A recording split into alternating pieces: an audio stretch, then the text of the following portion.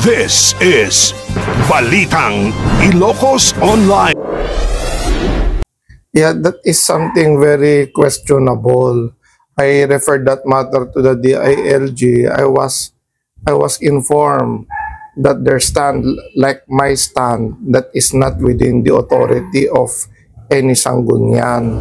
Dahil po yun mga prangkisa po ng mga telecommunication and other similar establishment nanggaling po sa Kongreso. Sa Kongreso, ang sinabi na authority is to either use a poles or underground. So option yun ng telcos.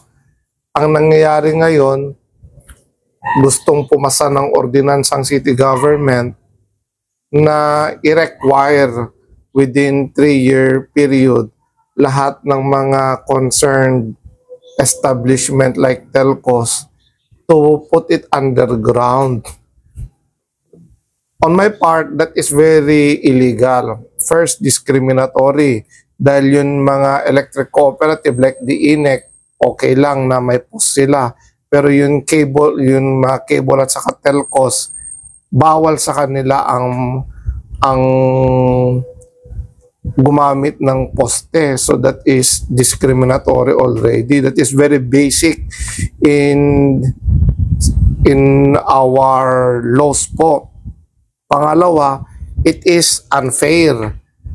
Third, it is very prohibitory dahil you are going to entail establishment to spend billions of pesos in Lawag City alone. Lawag City alone pa lang yan. And not to mention, it is in contravention with the Republic Act.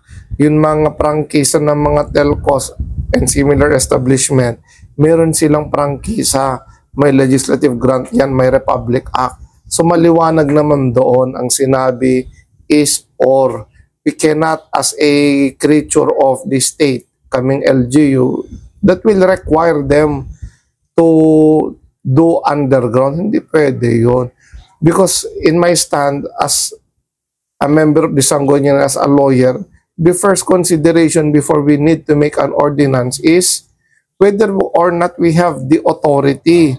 Wala doon sa powers, duties, and function po ng Sanggunian po yun, sir. So dapat magkaroon pa ng public hearing? Nagkaroon na rin ng public hearing. And stakeholders have interposed their objection to that po. Hindi nabanggit, sir, sa proposed ordinance kung sino mag-shoulder sa mga babakbakin na bahagi ng kalsada? Ang nasabi sa ordinance, that will be the responsibility of the establishment. So there are very many considerations there. Sisirain mo yung mga kalsada natin. For that, what will DPWH say? So that wasn't even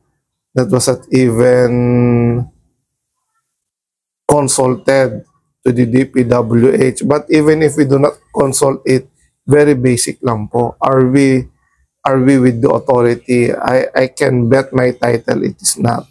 So anong status ng proposed ordinance yan?